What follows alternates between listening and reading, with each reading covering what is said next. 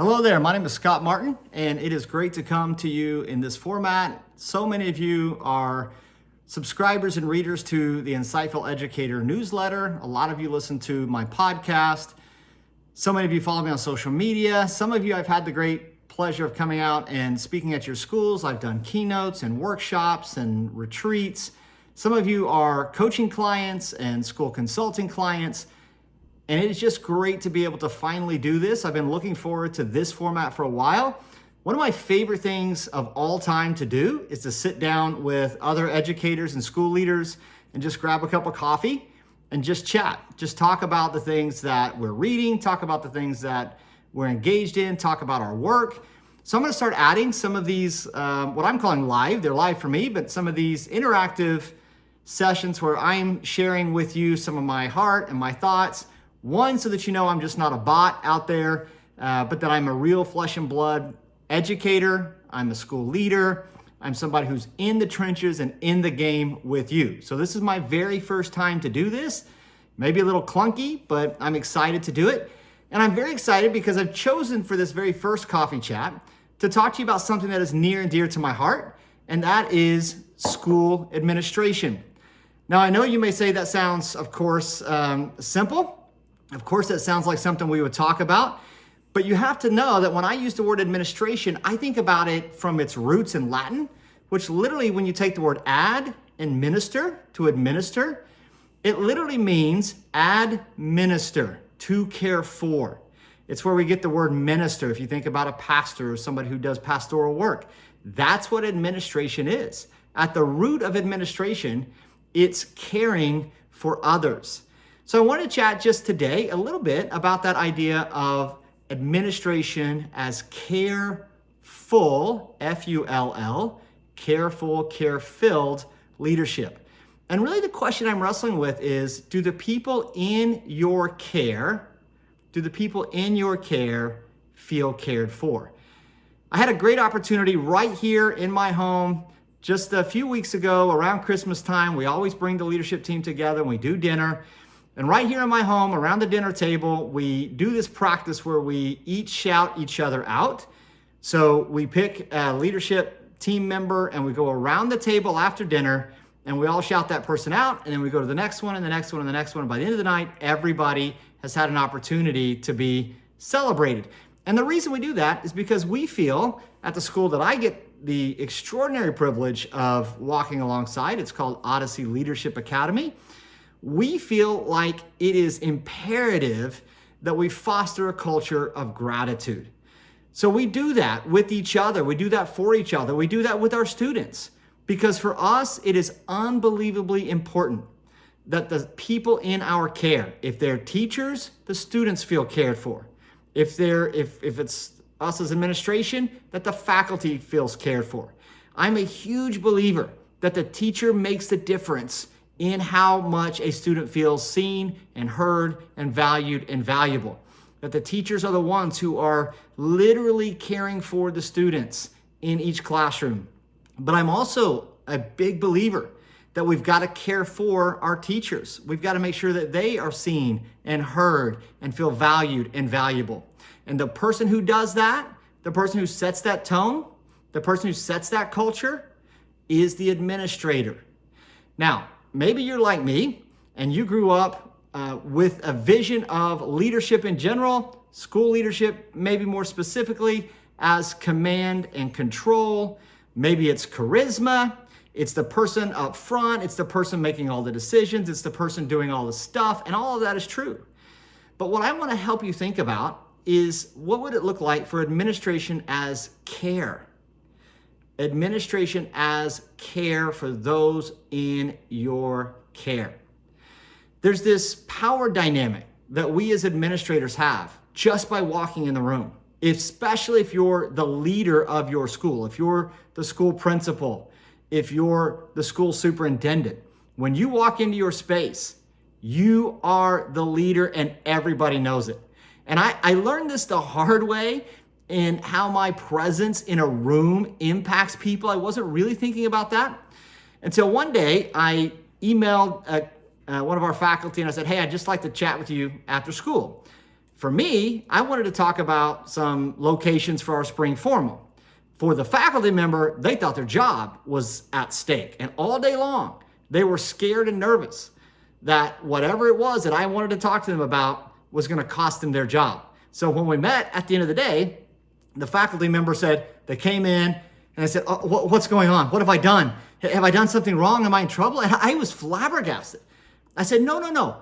I just want to talk to you about spring formal locations. But it really drove the point home for me that as the leader of my organization, as the leader of my school, I am responsible for setting the culture. I walk in the room with the power dynamic already in place. I pay these people. I can let them go. They understand that. And I have to remind myself that that power dynamic isn't for controlling them. In fact, they operate best when I just get out of the way and support and encourage them and champion the work they're doing. But that power dynamic isn't for controlling them.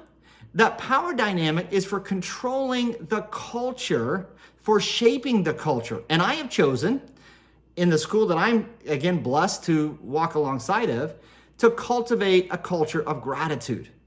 And so that's one of the things I think as we talk about what does it mean to foster a service, an administration as care, it is how do we foster gratitude in our culture? Because one of the things I've become really convinced of, my friends, over the last several years is that schools are not just brick and mortar entities. They're not just hallways and classrooms, lunchrooms and gymnasiums.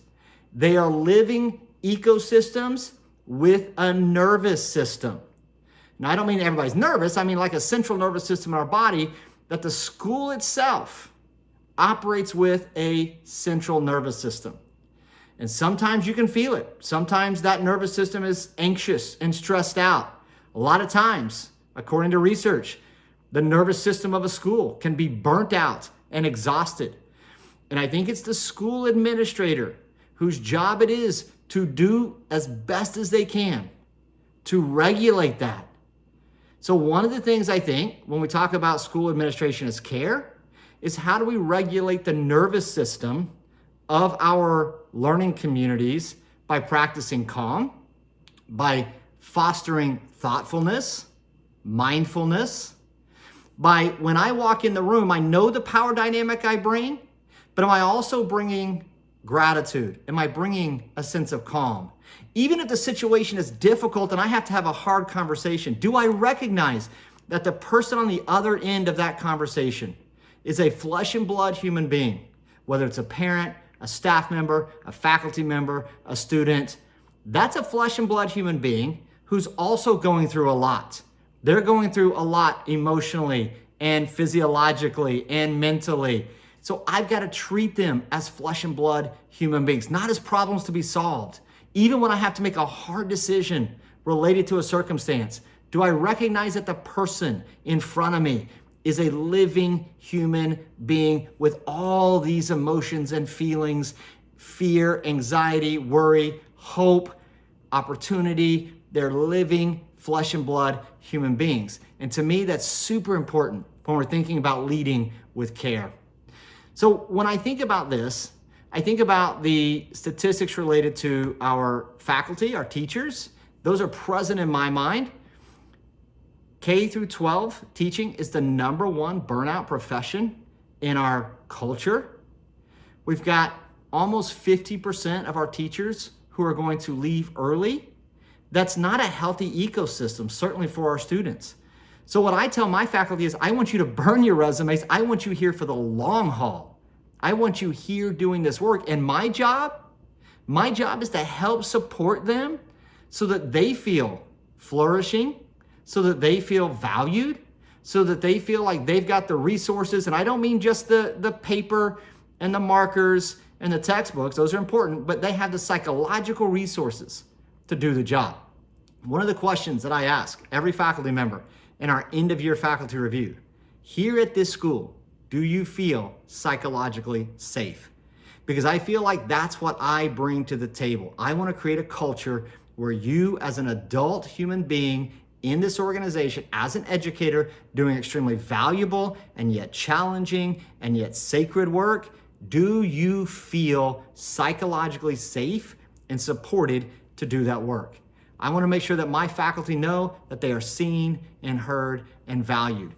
I also think about little ways that I can speak into that. Sometimes it's a note, sometimes it's a card, sometimes it's just, it's your birthday and I know that you like brownies, so I'm gonna bring you some brownies. Little things like that, so they know they don't just interact with me when it comes to HR issues or discipline issues. Sometimes I'll go and sit in on a class just to support them. I think a lot of times as administrators, we go sit in on a class and just do a review. I'll tell them ahead of time, hey, tomorrow I want to come into class and I just want to learn. And afterwards, I'm always supportive. That is not a critique moment. That is just, man, I loved what I learned yesterday in your math class, in your science class, in your history class. I also try to put into practice giving faculty rest. It's so important. The teaching calendar, the teaching work can be a grind.